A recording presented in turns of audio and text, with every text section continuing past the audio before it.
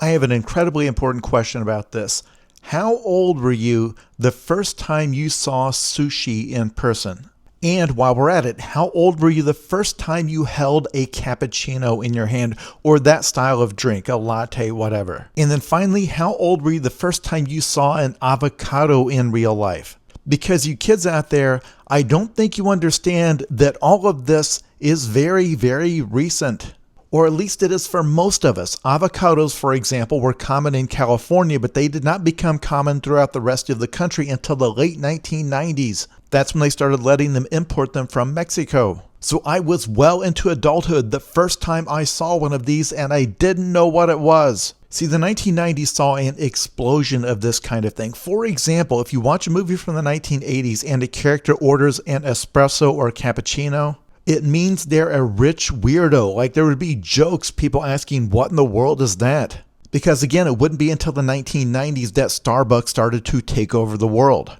But sushi is by far my favorite example of this because if you watch any movie or TV show from the 1980s, a very common comedy scene was to portray a normal character being exposed to sushi for the first time and reacting in utter horror. There's a scene in the 1985 film The Breakfast Club where a rich girl brings sushi for her lunch and nobody else in the room knows what it is.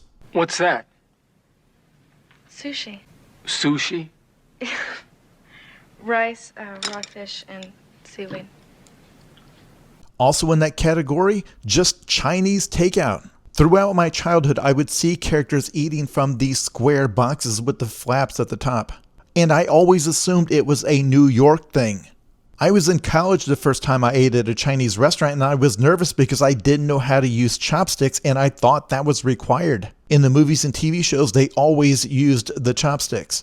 And I bring this up because there's a whole bunch of things out there that have nothing to do with technology that I don't think the kids realize are recent. It's kind of like when I found out that just 30 years before I was born, there were articles in the New York Times explaining what pizza was. The article was from during World War II, and it was explaining that American GIs saw pizza when they were in Europe. But if I could travel back in time and talk to the younger version of myself, I think the thing he would be most shocked by is the fact that in 2026 you can get sushi and cappuccino at the nearest gas station.